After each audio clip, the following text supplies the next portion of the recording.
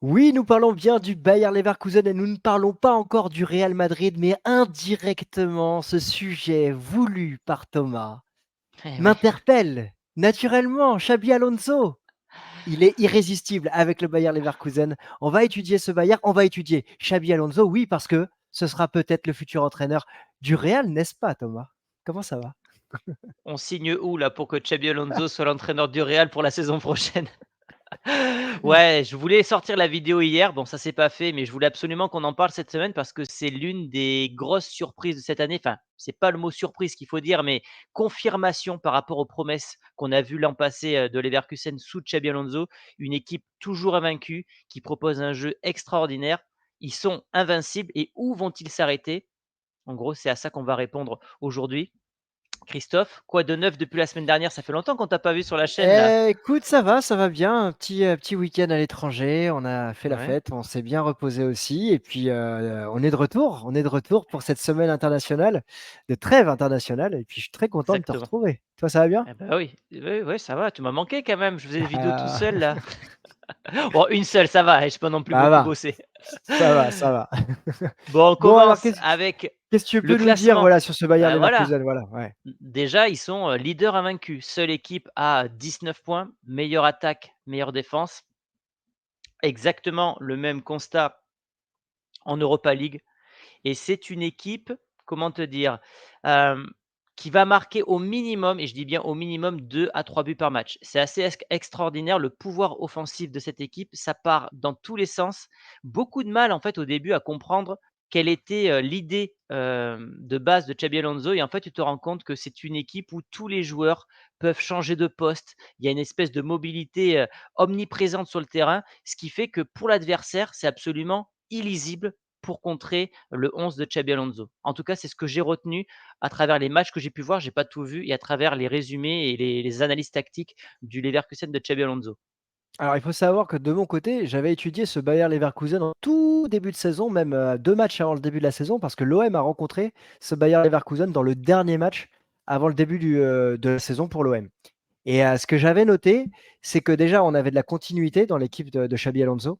L'année dernière, c'était une équipe qui avait quand même réussi une très bonne saison, qualifiée Mmh. directement pour l'Europa League. Alors, ils avaient joué la Ligue des Champions, ils avaient été éliminés, et après, ils avaient joué cette Europa League en allant jusqu'en demi-finale, sorti par un Mmh. ex-entraîneur du Real Madrid, un José Mourinho. Mourinho que tu connais bien. Mais il y a eu cette volonté de continuer avec le même effectif et d'aller retravailler seulement quelques postes. Bah, j'ai noté Et ouais, Granit Xhaka et Victor Boniface notamment. Et sinon, le mmh. reste, il y a Moussa Diaby qui est parti. Et donc, quand tu as une ligne directrice avec peu de mouvement, tu capitalises sur tes joueurs qui ont bien réussi la saison passée et que tu réajustes certains points, Mmh. avec un À entraîneur de ce calibre, ça marche bien. À noter qu'il a récupéré Leverkusen l'an passé, ils étaient quasiment relégables. En fait, ils ont fait une remontada tout au long de la saison jusqu'à arriver en plus, comme tu le dis, en demi-finale d'Europa League. Le boulot est considérable. C'est quasiment du jamais vu depuis 2002, ce qui se passe, du côté de Leverkusen. 4 clubs sont encore invaincus cette saison, toutes compétitions confondues, et c'est Mm. pas des clubs auxquels on pouvait s'attendre en fait. Tottenham en Angleterre, bon Barcelone, OK, ça reste quand même un mastodonte de l'Espagne, Nice et Leverkusen. Ouais. C'est incroyable quand Ouais, même. ouais, ouais. Ouais, et ce qui me choque, entre guillemets, et je pense que tu vas nous annoncer quelque chose pour la semaine prochaine, c'est que 3 de ces 4 clubs ont changé d'entraîneur. Ouais, d'ailleurs la semaine Tu vois? prochaine, on parlera de Tottenham qui fait Et pareil, un parcours assez, surprenant pour le coup, du côté de la Première Ligue, et à droite, tu leader. vois, Ouais. j'étais leader invaincu, et du coup, tu vois à droite les scores fleuves dont je te parlais en début de vidéo, du 8-0, du 5-1. Alors certes, c'est des fois contre des petites équipes, mais un 2 partout du côté, de Munich, une victoire 3-2 contre Leipzig, une victoire 3-0 du côté de Gladbach. Alors, il manque l'opposition face à Dortmund, mais déjà contre Mmh. les grosses écuries, ça marque beaucoup de buts. Ouais, c'est clair, ça marque beaucoup de buts. Bah, on sent une certaine patte, hein, dans le travail de Xabi Alonso et cette continuité. Comme quoi, parfois, voilà, je vais peut-être me contredire par rapport à ce qu'on a dit tout à l'heure, ou ce que j'ai pu dire tout à l'heure. Il y a 3 clubs sur 4 quand même qui ont changé d'entraîneur. Apporter C'est des vrai. idées nouvelles aussi, ça peut être intéressant si les joueurs sont en capacité d'écoute. Donc c'est aussi un point. Tu voulais nous parler, ouais, des transferts, ouais, bah, ça c'est Ouais, Du mercato, il y a des joueurs qui sont arrivés, et qui ont changé quand même la donne. Alors évidemment, tu en parleras après, Boniface en attaque. Il y a Ouais. Xhaka d'Arsenal qui a apporté beaucoup d'expérience, de caractère, mais aussi du calme à ce milieu de terrain. Il y a Hoffman qui fait partie de mes chouchous Mmh. et il y a Nathan Teya qu'on n'a pas beaucoup vu encore cette saison et dans les départs, il y a évidemment, Diaby, du côté, d'Aston Villa pour, 55 millions d'euros. On est quand même aussi là sur un mercato, plutôt équilibré, mais ils ont quand même dépensé pas mal d'argent les Leverkusen, hein, au final. On n'est pas loin des Ouais, 60 mais millions, bon, je pense, hein. oui, oui, oui, mais après, tu vois, tu as vendu Moussa Diaby 55, tu aurais pu le vendre en Oui, Arabie c'est Saoudite, un et là, c'est le joueur, lui, qui a choisi d'aller du côté exactement. de la Première Ligue.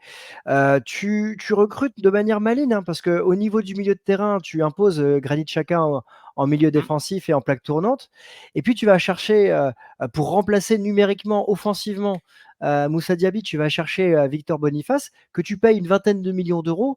L'année dernière, Victor Boniface, c'est quand même une dizaine de buts en Jupiler Pro League, donc en Belgique, et ouais. une dizaine de buts également en Europa League, avec cette Union Saint-Gilloise. Et là, si je me trompe pas, C'est le meilleur voilà, buteur. ouais, et Ouais, il s'adapte parfaitement. 7 matchs, 7 buts. Alors, on a pu entendre qu'il pouvait vendanger. Oui, il est en retard par rapport à ses XG, ouais, mais mais pour une bon, première saison, ça reste quand même très honorable, hein. On va voilà, pas faire les fines bouches. phase d'adaptation, on est bien quand même. Ouais. Les influences de monsieur Xabi Alonso, on va dire qu'il a Ah, côtoyé on quand y même, vient. il a quand même côtoyé, les meilleurs entraîneurs de sa génération, hein. Donc bon, Benitez du côté de Liverpool, du côté du Real, il a eu, Mourinho, il y a eu, Ancelotti et Guardiola du côté du Bayern. Sacrée carrière déjà en tant que joueur, mais en plus de ça avec, les meilleurs entraîneurs et je trouve, si on doit faire un parallèle, qu'il a pris la gagne de Mourinho, le Mhm, côté tactique de Guardiola et le mhm. côté, management qu'il peut avoir avec ses joueurs de Carlo Ancelotti. Eh Il a bien, pris un peu des 3. quel programme! Quel programme! Ah, c'est beau, c'est beau, c'est impressionnant. En fait, moi, le souvenir que j'ai de lui en tant que joueur, c'est une véritable plaque tournante, Ah ouais. de tous les clubs dans lesquels il a pu jouer. Alors davantage à Liverpool et au Real, je l'ai moins vu, au Bayern, de mémoire, c'était plus sur la fin, si je me Ouais, il a trompe pas terminé sa sur, carrière là-bas. ouais, voilà. Mais oui, une véritable plaque tournante, un joueur très intelligent, heu avec qui semblait avoir beaucoup d'humilité, dans le sens où c'était pas le joueur qui allait se mettre en avant, médiatiquement, mais qui était au service du collectif, et Ouais, ça m'étonne pas. il Ça était tout le m'étonne temps pas. titulaire et même avec l'équipe d'Espagne, c'était un des rares joueurs à avoir dépassé les 100 sélections, alors que c'était pas le premier nom que tu pouvais citer. Tu pensais directement à des Andrés Iniesta, à des Xavi, ce genre de joueurs, mais Xabi Alonso est un incontournable de tous les clubs où il est passé. On passe maintenant au schéma tactique Ouais, préférentiel de Xabi Alonso. Il y en a 2, donc il aime les défenses à 3 déjà, ça c'est un signe. 3-4-2-1 ou un 3-6-1, je sais pas comment tu l'appellerais ce ouais, schéma-là. 3-4-2-1, parce qu'il y a les 2 du milieu, un peu à la Chelsea, tu te rappelles la saison dernière avec ces Mmh, 2 offensifs qui sont derrière l'attaquant. Moi, je le mettrais plutôt comme ça, et ça permet de voilà, couvrir, tu sais, tous les demi-espaces, en fait. C'est ça exactement. qui est très intéressant. Donc ça, c'était la dernière composition en Bundesliga et ça, c'est la dernière composition en Europa League. Donc là, on est clairement par contre sur un 4-3-3 avec, tu vois là, les remplaçants, notamment, Theia, Adli, alors que là, on est Ouais, sur une équipe titulaire avec, le trio offensif Boniface, Wirtz et Hoffmann. Heu, ouais. à noter aussi l'importance des pistons dans le 11 de Xabi Alonso, donc Frimpong côté droit et Grimaldo qui est arrivé libre de tout contrat cet été côté gauche. Ils ont une véritable importance parce que c'est eux qui sont un peu les comment on dit? Les rampes de lancement, je crois que c'est ça? Ouais, ouais, ouais, bah, ça permet de pouvoir apporter de la vitesse sur les côtés. Voilà, Ça joue, c'est le football moderne, c'est le football qu'on voit de plus en plus, en tout cas avec, ces latéraux, où tu le vois avec Luis Enrique par exemple, l'intégration d'Hakimi au sein du milieu de terrain et la volonté de pouvoir bien être sur les ailes. Ça permet de couvrir de manière très large le terrain. Moi, je rajouterais un mot quand même sur Amin Adli qui fait sa 3e saison, c'est vrai. en Bundesliga, qui a quitté, le TFC, pour la Bundesliga et le Bayer Leverkusen. À l'époque, il était attendu, espéré du côté de l'Olympique de Marseille. Il s'est quand même très bien adapté Mmh, à la Bundesliga. Il a choisi la sélection marocaine. Il a été sélectionné par Walid Regragui, et il sera probablement à la CAN. C'est un joueur qui est pétri de talent et qui, au fur et à mesure des saisons, confirme tous les espoirs qui étaient placés en lui. Alors là, on l'a vu, remplaçant enfin remplaçant sur l'équipe qui est en Europa League. Mais je pense que pour le Bayer Leverkusen, il y a évidemment une priorité, c'est la Bundesliga, mais Mmh. l'Europa League n'est pas une compétition qu'ils mettent de côté, un peu Bah, la comme on peut preuve, c'est que en faire en France. Voilà, et donc voilà, l'an exactement. passé, ils ont quand même joué, la demi-finale. J'ai noté 3 joueurs, alors on sera peut-être pas d'accord sur tout. Les 3 joueurs clés selon moi de Xabi Alonso, donc Boniface que tu vas peut-être, nous présenter. Il y a Wirtz que j'aime beaucoup, le prodige allemand qui sort d'une grave blessure mais qui s'en est vite remis, et à droite Hoffmann qui en est à 7 matchs en Bundesliga, 4 buts et déjà 3 passes décisives. Il est vraiment, létal et très important. Boniface, qu'est-ce que tu peux nous dire, rapidement sur lui? Bah, c'est la force de frappe de la sélection nigériane, enfin de la sélection nigériane. C'est un joueur, en fait, c'est un jeune joueur qui a choisi le Bayer Leverkusen aussi parce que il a eu des mots très séduisants de la part de Xabi Alonso qui a dit que clairement, il voyait en lui un vrai potentiel pour s'imposer en Bundesliga. Moi, ce qui me plaît, c'est sa capacité d'adaptation, c'est sa puissance offensive. Et on fait un lien évidemment avec cette Coupe d'Afrique des Nations qui va arriver en janvier prochain. Alors, ça sera un manque pour le Bayer Leverkusen et on verra comment ils vont s'adapter sans lui parce que 7 buts en 7 matchs, c'est pas rien. Mais surtout, ça montre aussi la force incroyable dont dispose le Nigeria pour la Coupe d'Afrique des Nations, avec Victor Osimhen notamment, avec Victor Boniface, avec d'autres encore. On les étudiera. On reviendra probablement d'ailleurs sur la chaîne sur ce sujet-là courant décembre, début janvier, avant le début de la Mmh, compétition. Moi, c'est un joueur qui me plaît. Et ça montre aussi que en Jupiler Pro League, il y a des joueurs pertinents à aller chercher.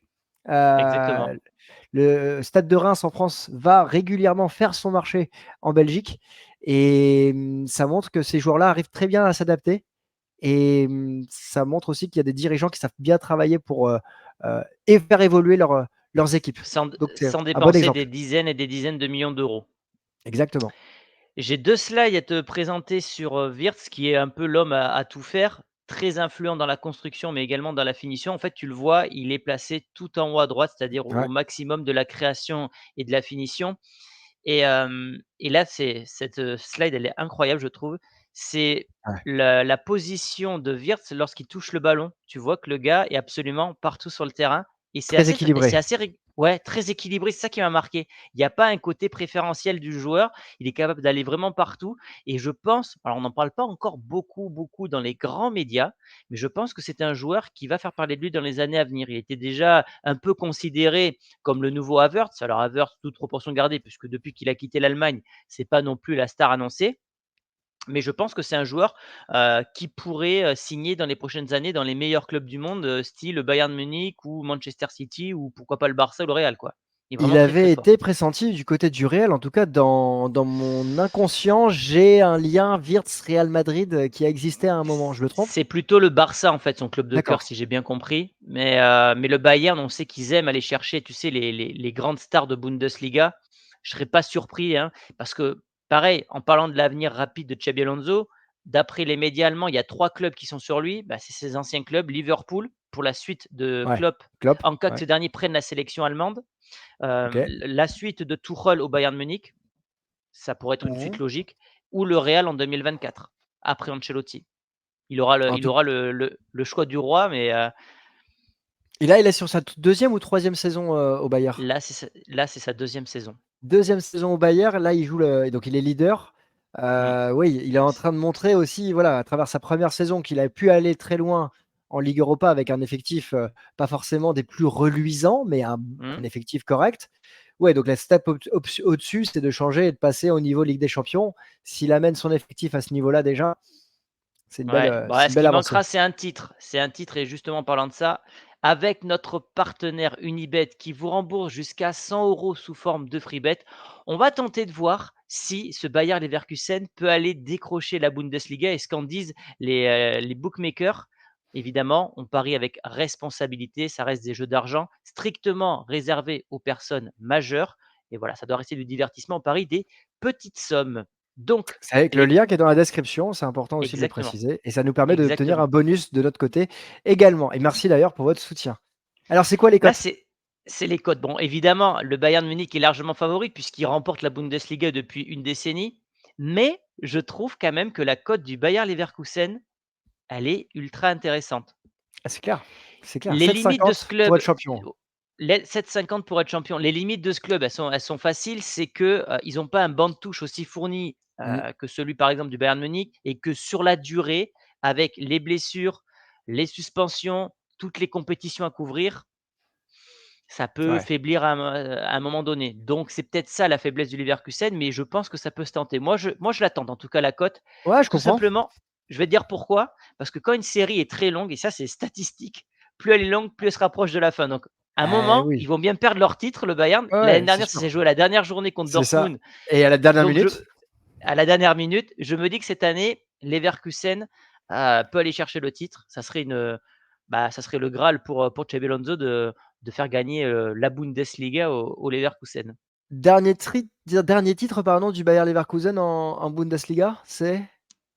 J'en ai pas j'en ai pas C'est la moindre idée. c'est pas 2002? Non, parce que c'est moi c'est on en Non, parlait ben tout à non, l'heure et je pensais 2002, ils perdent justement la Bundesliga la dernière journée, ils perdent la Ligue des champions contre le Real, ils perdent la finale de la coupe d'Allemagne. Tu sais, c'était la fameuse année où Ballack était, le maudit. Il avait même perdu la finale de la coupe du monde contre le Brésil.